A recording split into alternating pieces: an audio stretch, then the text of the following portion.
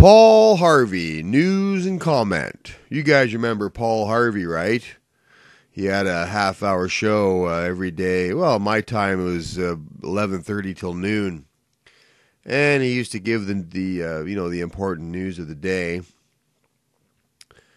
And I remember I used to listen to him every day, and I can remember one particular show that always stuck with me when he revealed that General Motors had released their numbers, and I believe it was 2005. They paid out tens of millions of dollars for Viagra, for erectile dysfunction medication. And the reason for that is that when these people end up working for the automotive plants or any other union shop for that matter, it is their job to put bolt B onto part A, and that's all they do. That's all they can do. That's all they're told to do. In fact, they're told to do no more than that, because otherwise they could be taking a job away from someone else. And what happens at the end of the day is they have been robbed of their creativity, their initiative, their imagination, and that makes them miserable. It makes them dull, obtuse. And it robs them of their personal drive to be better people. And so eventually, over time, this attitude extrapolates into the rest of their life, into their sports or every other activity of their lives. And what we learned from the numbers is that when General Motors finally went bankrupt, they were a retirement home that just happened to make cars.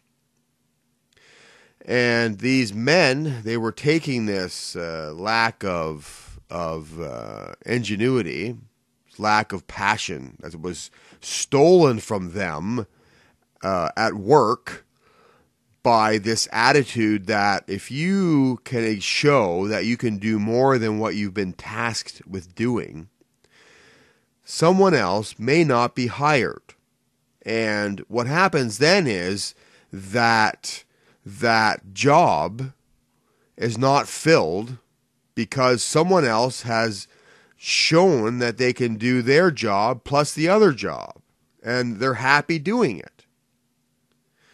Or perhaps they've done the job a while, they've learned how to automate it, and they can move on to something else. Something that requires a little more imagination, ingenuity, thought. And what happens is the unions they slam that down. They put the kibosh on that sort of thing because at the end of the day, they want the numbers to go up. They want the number of people to go up because that brings the dues revenue up for the union.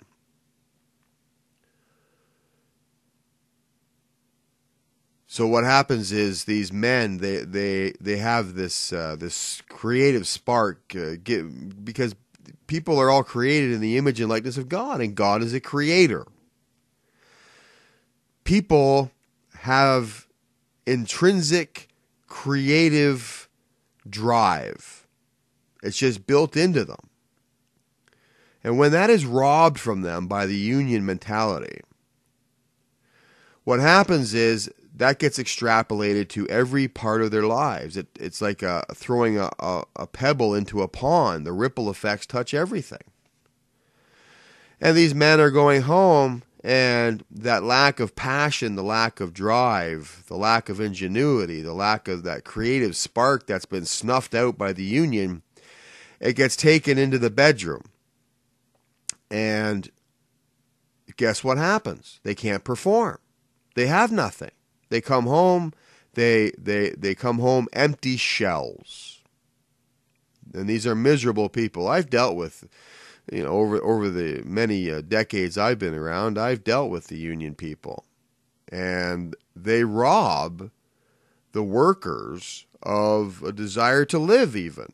I mean, if you want to see living zombies in real life, go back in time to when the unions dominated the auto industry. These people they were zombies. They didn't want to be there. They hated their jobs. It's because they've had that creative spark sucked out of them by the union mentality. This is why we play games. This is why we play sports. This is why we do this, because we are driven to be creative people, creating new ways to win, greater and better abilities. That's who we are. We are created in the image and likeness of God. That's why we play games. That's why we do it. When this is robbed from us, it translates into, it manifests as it